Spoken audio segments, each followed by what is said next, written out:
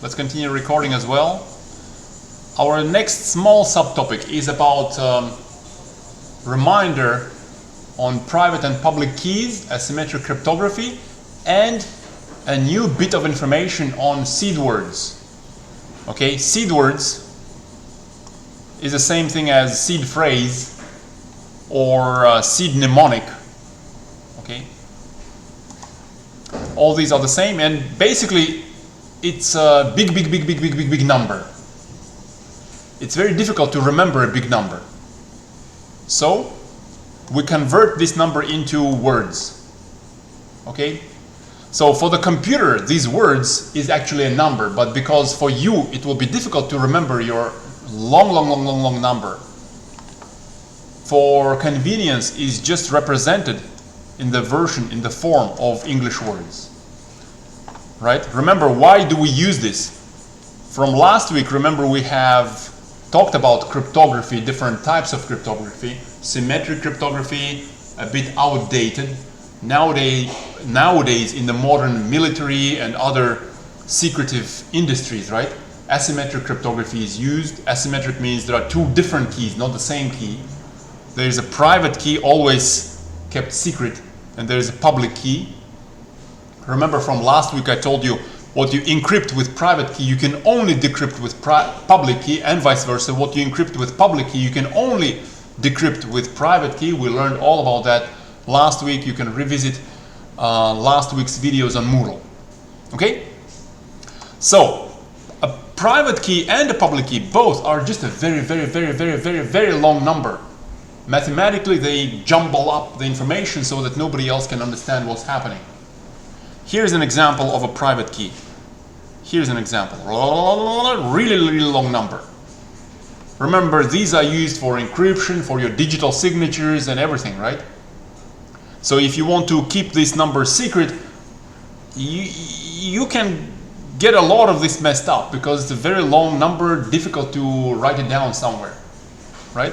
So for convenience, for persons, for humans, okay, we convert this private key into a seed word like this. So this is a string of words, looks like it has no meaning. Clip, leader, stage, confirm, negative, upgrade, umbrella, blah, blah, blah, blah. But for a computer, it's a particular number. Only this number will work with your wallet. Only this number will work with your digital signatures.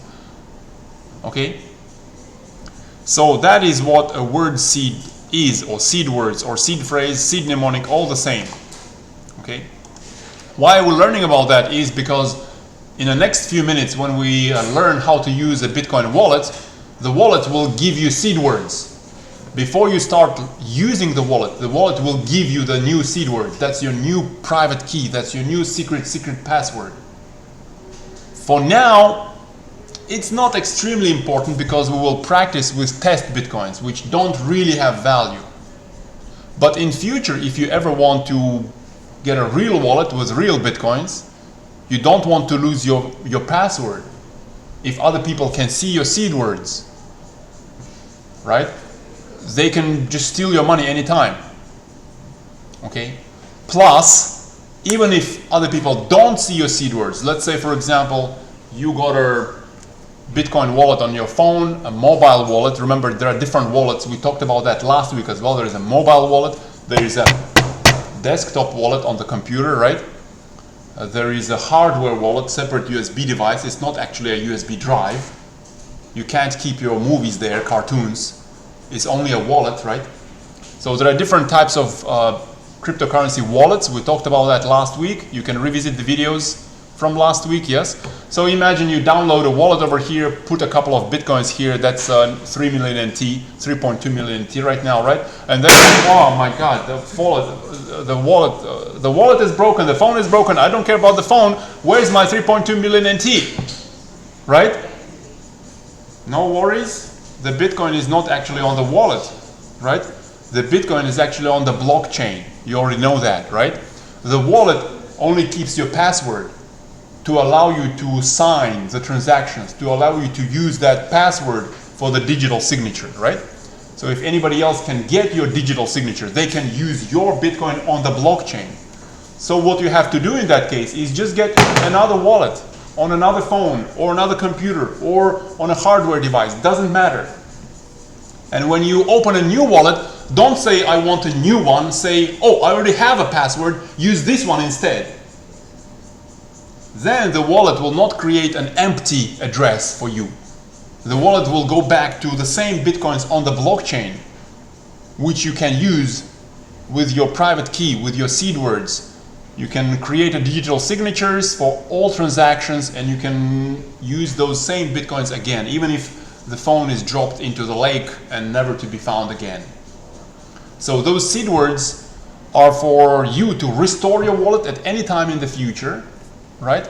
But at the same time, you don't want anybody else to see these seed words, because even if you still have your mobile phone, the Bitcoin is not on your mobile phone. If somebody can see your seed words, they can get another wallet on another device, any other device, and just use your Bitcoins from the blockchain. Over here it will turn into zero. Your Bitcoin will show you, oh, you have already spent your Bitcoins. And you're like, no, I didn't do it, but well, somebody already got your passwords, right? And they just sent it to themselves. Okay, so you gotta protect your seed words with real Bitcoins, right? Or any other cryptocurrency for a couple of reasons, right? One, to make sure nobody steals your value, and secondly, if the device is broken, these only work for how long? I don't know, 2-3 years, and if you have like a couple of million NT, you don't want to lose it, right? So those are kind of important. Next, what we're going to do is we're going to learn how to get a desktop wallet. Let's have that in a separate video.